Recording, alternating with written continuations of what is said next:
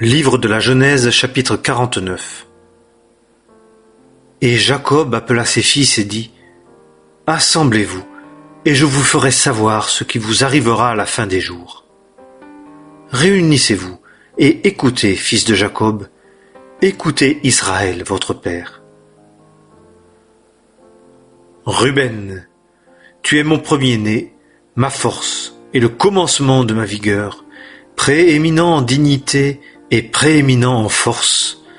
Bouillonnant comme les eaux, tu n'excelleras pas, car tu es monté sur la couche de ton père. Tu l'as alors profané. Il est monté sur mon lit.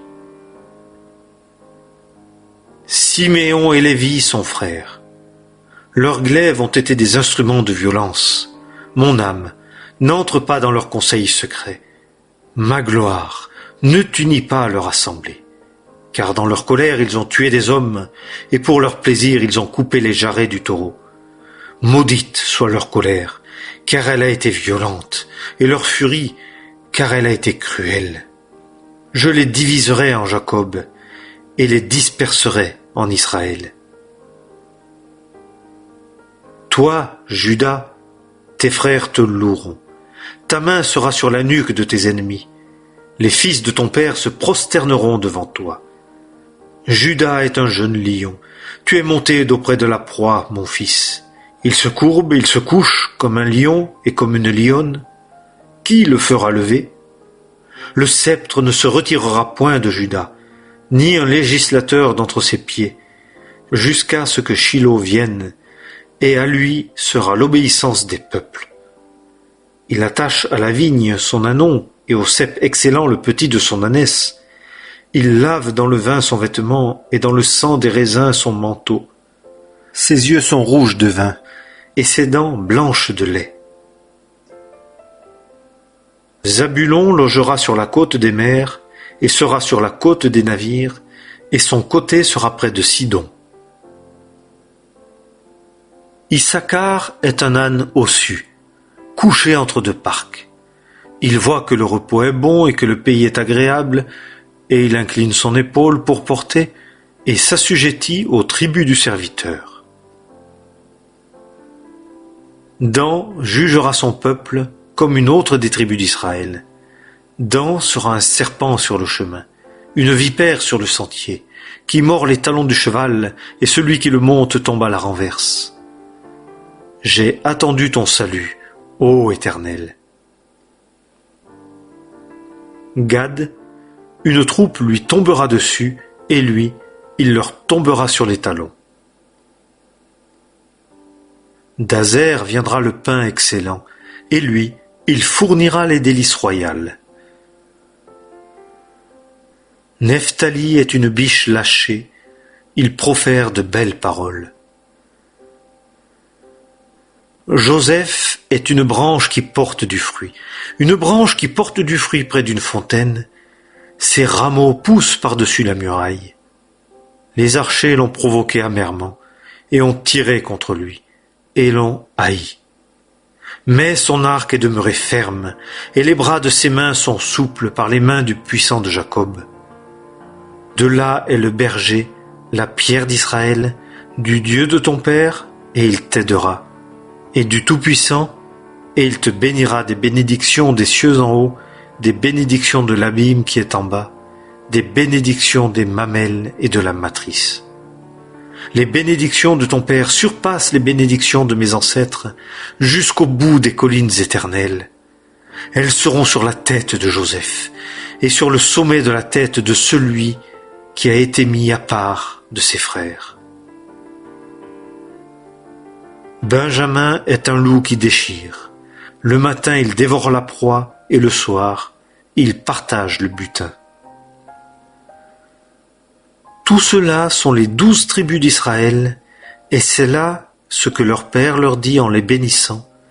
Il les bénit, chacun selon sa bénédiction. Et il leur commanda et leur dit : Je suis recueilli vers mon peuple.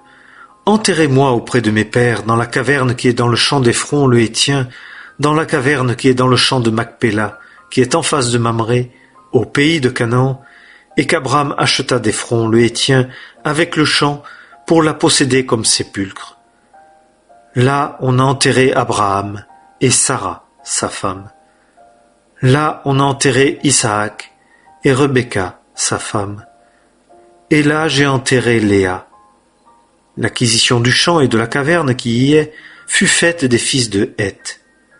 Et quand Jacob eut achevé de donner ses commandements à ses fils, il retira ses pieds dans le lit, et expira, et fut recueilli vers ses peuples. Livre de la Genèse, chapitre 50.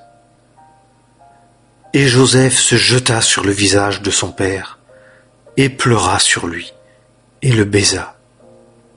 Et Joseph commanda à ses serviteurs, les médecins, d'embaumer son père. Et les médecins embaumèrent Israël. Et 40 jours s'accomplirent pour lui, car ainsi s'accomplissent les jours de l'embaumement. Et les Égyptiens le pleurèrent 70 jours. Et les jours où on le pleura étant passés, Joseph parla à la maison du Pharaon, disant « Si j'ai trouvé grâce à vos yeux, parlez, je vous prie, aux oreilles du Pharaon, disant « Mon père m'a fait jurer, disant « Voici, je meurs. Dans le sépulcre que je me suis taillé dans le pays de Canaan, là tu m'enterreras. Et maintenant permets que je monte et que j'enterre mon père, et je reviendrai. » Et le Pharaon dit « Monte et enterre ton père comme il t'a fait jurer. » Et Joseph monta pour enterrer son père. Et tous les serviteurs du Pharaon, les anciens de sa maison, et tous les anciens du pays d'Égypte montèrent avec lui, et toute la maison de Joseph et ses frères, et la maison de son père. Seulement ils laissèrent leurs petits-enfants, et leurs menus et leur gros bétail dans le pays de Goshen. Et avec lui montèrent aussi des chariots et des cavaliers, et il y eut un très gros camp. Et ils vinrent à l'Er d'Atad, qui est au-delà du Jourdain, et ils s'y lamentèrent de grandes et profondes lamentations.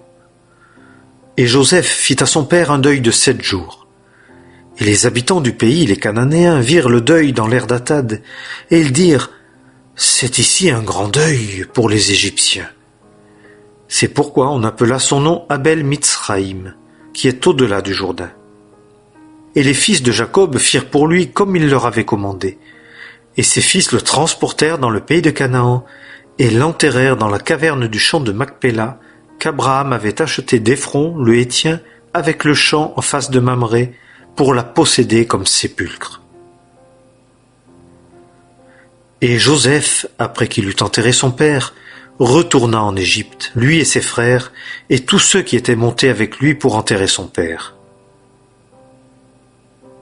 Et les frères de Joseph virent que leur père était mort, et ils dirent « Peut-être Joseph nous haïra-t-il, et ne manquera-t-il pas de nous rendre tout le mal que nous lui avons fait ?» Et ils demandèrent à Joseph, disant « Ton père a commandé avant sa mort, disant « Vous direz ainsi à Joseph, pardonne, je te prie, la transgression de tes frères et leurs péchés, car ils t'ont fait du mal.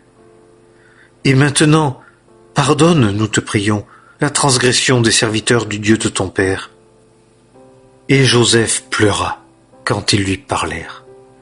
Et ses frères aussi allèrent et tombèrent sur leurs faces devant lui et dirent « Nous voici, nous sommes tes serviteurs. » Et Joseph leur dit « Ne craignez point, car suis-je à la place de Dieu?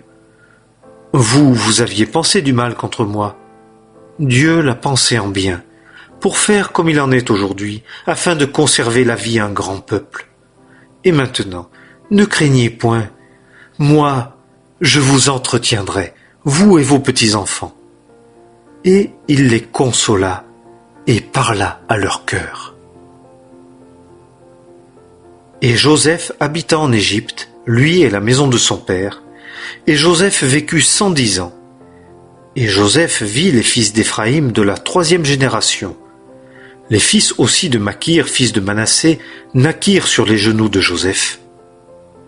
Et Joseph dit à ses frères, « Je meurs, et Dieu vous visitera certainement, et vous fera monter de ce pays-ci dans le pays qu'il a promis par serment à Abraham, à Isaac et à Jacob. » Et Joseph fit jurer les fils d'Israël, disant, « Certainement, Dieu vous visitera, et vous ferez monter d'ici mes os. » Et Joseph mourut âgé de 110 ans, et on l'embauma, et on le mit dans un cercueil en Égypte.